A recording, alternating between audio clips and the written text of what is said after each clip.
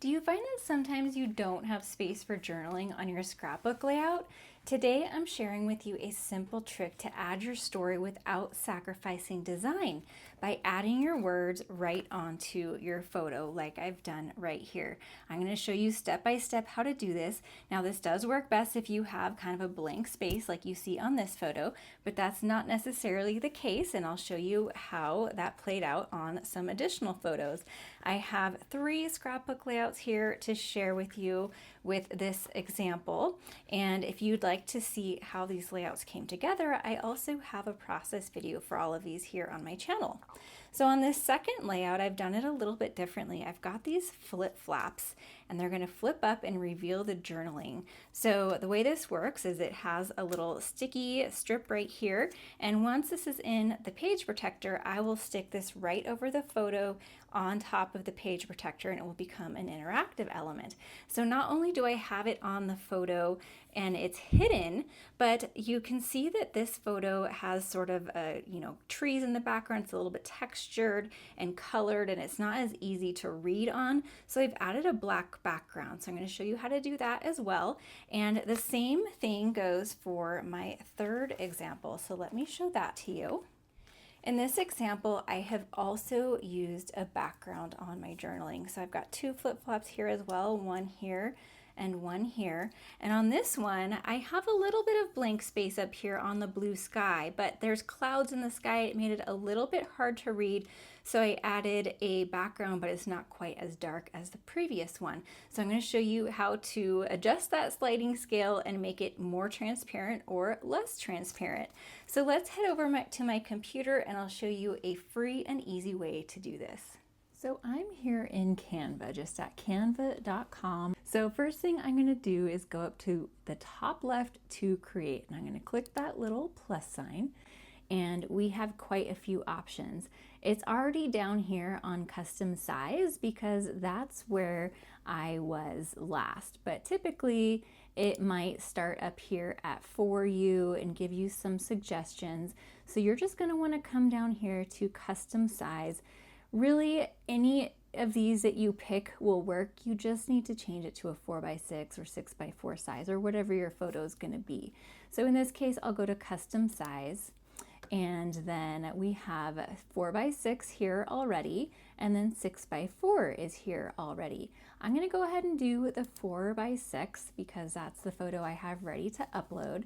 So it automatically creates a 4x6 canvas for us. So now what we need to do is upload our photo and drag it onto here.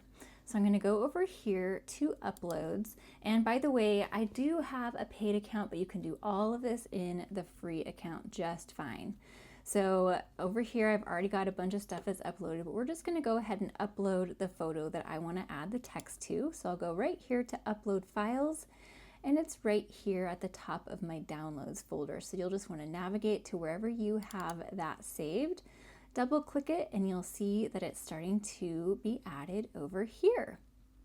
So once that bar has progressed and it disappears, it is done uploading, and all I need to do is click, hold it down, and drag it over here, and you'll see that it kind of like pops. As soon as you drag it in, it kind of pops into place, and you'll see that it's there. And so this is where the outline is. So we can drag that a little bit smaller to the 4x6. I don't know why it made it a little bit bigger. When you double click on it, you can crop it. So I've double clicked on it. So that's why there was an outline, because it brought it in a little bit smaller than the actual size. So I'm going to go ahead and drag that in. So when you double click on it, you can see this outer kind of transparent border. That's what's all going to be cropped. So we all know that when you take a photo with a phone or a DSLR camera, it's not already a 4x6 format. You're going to get some cropping because a 4x6 format is going to be 2:3 ratio, and our phone takes it in a 4:3 ratio or 3:4 ratio. So it's going to be a little bit different. If you have an Android or a phone that takes them longer, it's going to be even more different. So we just want to adjust this to where we like it.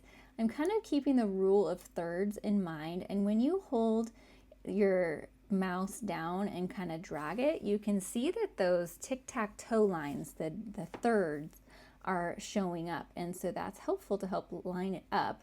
So I'm going to kind of line that mountain top up at one of those lines, and then that tends to make it a little bit more pleasing.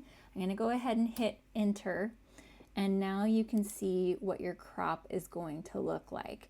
So I like that this is kind of in the third of a line, and also the top of this little mark in the sky is almost at the third line too, and this to me looks visually pleasing. I like it. So I'm going to keep it right here.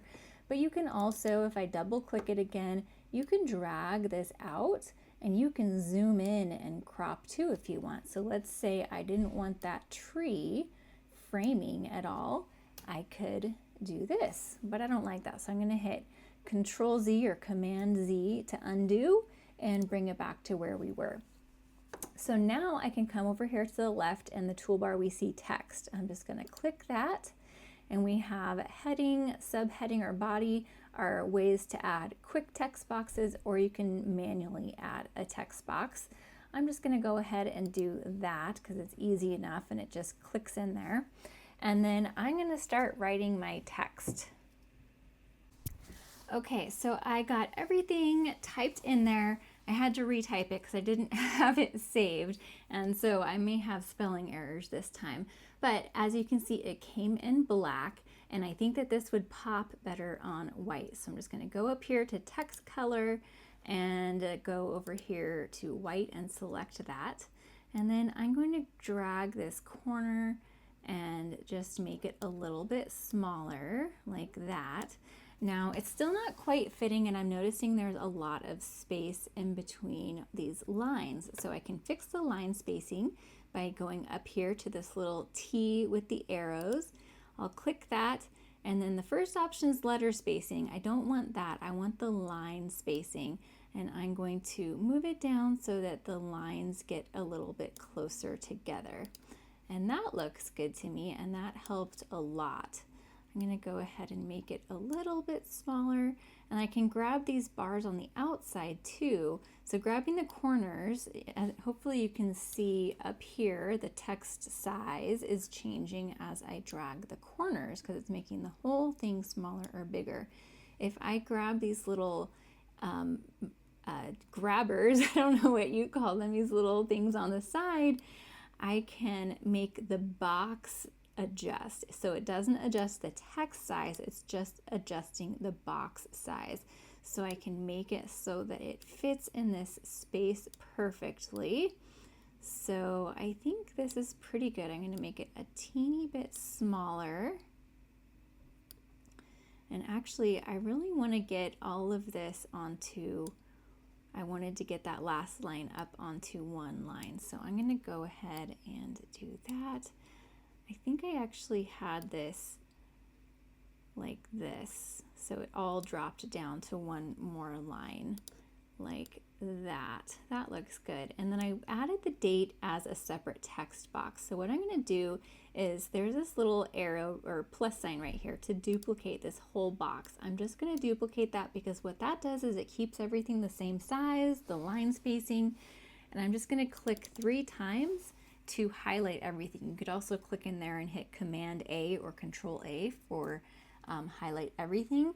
And I'm going to put the date of August 8/10/2025.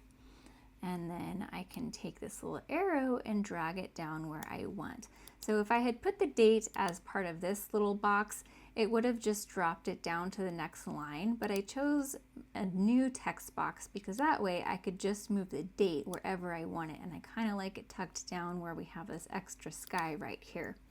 So that looks pretty good to me. I think maybe I can make this a teeny bit bigger, and I like the way that that looks. So now how do you save it and print it?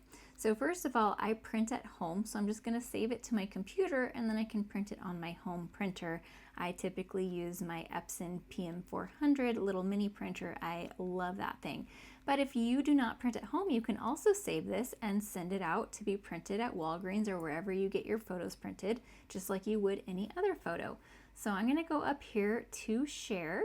I'll click that and then I'm going to download. And then you can download as a PNG. I typically save it as a JPEG because photos, for some reason, sometimes the color is just not quite right when I save it as a PNG. I use that for graphics and stuff. For photos, I like a JPEG, even though it says best for sharing and a PNG is suggested best for complex images and illustrations. I still find a JPEG better if it's a photo. That's just my preference. So I'm going to keep everything the same. The quality at 80 has always been fine for me. So I'm just going to go ahead and hit download, and it tells you it's downloading and the progress, and it's going to save wherever you have your photos go to. In my case, they go to the downloads folder. So now when I go to downloads, here's my original. And when I double click on this to open it, we'll be able to see all of our journaling. So there we go. Some of that's cut off because I don't have my whole screen recorded, but you can see how that's going to look. And now this is saved as a JPEG, so you can send it off with any other photos that you're going to have developed or print it at home. Now let's say that this is a little bit hard to read, maybe the background, maybe we're going to put it over the trees or the ground right here. So that's really hard to read, right?